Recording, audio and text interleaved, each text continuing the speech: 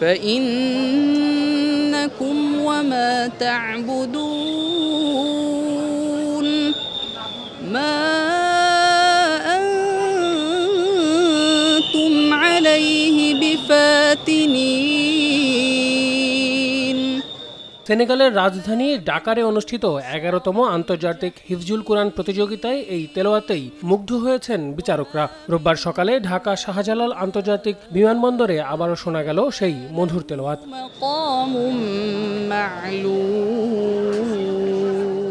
এবারের আসরে হাফেজ আবু রায়হান বিশ্বের ৩০ দেশের ৫৫ প্রতিযোগীদের মধ্যে প্রথম স্থান অর্জন করেন। দেশে পৌঁছানোর পর দেশের বিশিষ্ট আলেম ওলামা এবং সর্বস্তরের মানুষ বিমানবন্দরে তাকে ফুল দিয়ে সংবর্ধনা জানায়। এ সময় রায়হান তার এই অর্জনের মাধ্যমে বিশ্বমঞ্চে দেশকে সম্মানিত করতে পারার অনুভূতি প্রকাশ করেন। তিনি মনে করেন তার এই অর্জন ভবিষ্যতে আরও হাফেজদের অনুপ্রাণিত করবে এবং দেশের নাম আরও উজ্জ্বল হবে।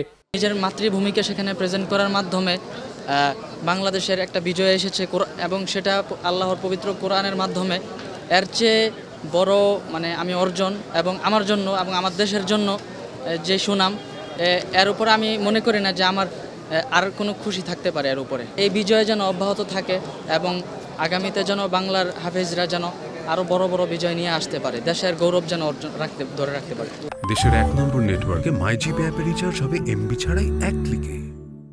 এদিকে আন্তর্জাতিক কিরাত সংস্থা বাংলাদেশের মহাসচিব বলেন, রায়হানের এ অর্জন নিশ্চিতভাবে বাংলাদেশের জন্য অত্যন্ত গর্বের। বাংলাদেশের হাফেজরা সবসময় বহির্বিশ্বে বাংলাদেশের পতাকা উড্ডীন করে আসছে, আবারও সেনেগালে তা প্রমাণিত হলো। আমরা চাই সবসময় মেধাবীরা উঠে আসুক এবং বিজয়ের এই ধারাবাহিকতা অব্যাহত থাকুক।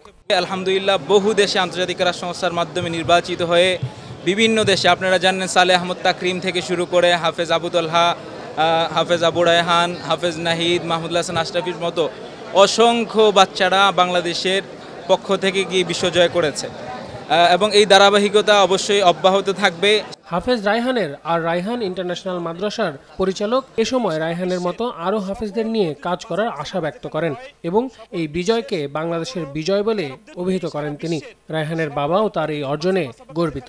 রায়হান ইন্টারন্যাশনাল মাদ্রাসা এবং রায়হানের আমার পরিকল্পনা আছে ১০০০ দুস্থ এতিম যাদের পৃথিবীতে কেউ নেই, তাদেরকে সম্পূর্ণ আল্লাহর জন্য পৃথিবীর শ্রেষ্ঠ মানুষ হিসেবে আমরা গড়ে দেবো ইনশাআল্লাহ। আলহামদুলিল্লাহ, আমি অনেক খুশি। আন্তর্জাতিক সেনেগাল আন্তর্জাতিক হিফজুল কোরআন প্রতিযোগিতা ১ নম্বর হয়েছে, আমি অনেক খুশি। শিশু কারি হিসেবে খ্যাতি পাওয়া হাফেজ আবু রায়হান ২০১৮ সালে কাতারে অনুষ্ঠিত টেলিভিশন ভিত্তিক রিয়েলিটি শো তিজানুন নূর তথা জিএম টিভিতে আন্তর্জাতিক হিফজুল কোরআন প্রতিযোগিতায় প্রথম স্থান অর্জন করার গৌরব অর্জন করেছিলেন। আল আমিন তুষার, সময় সংবাদ, ঢাকা।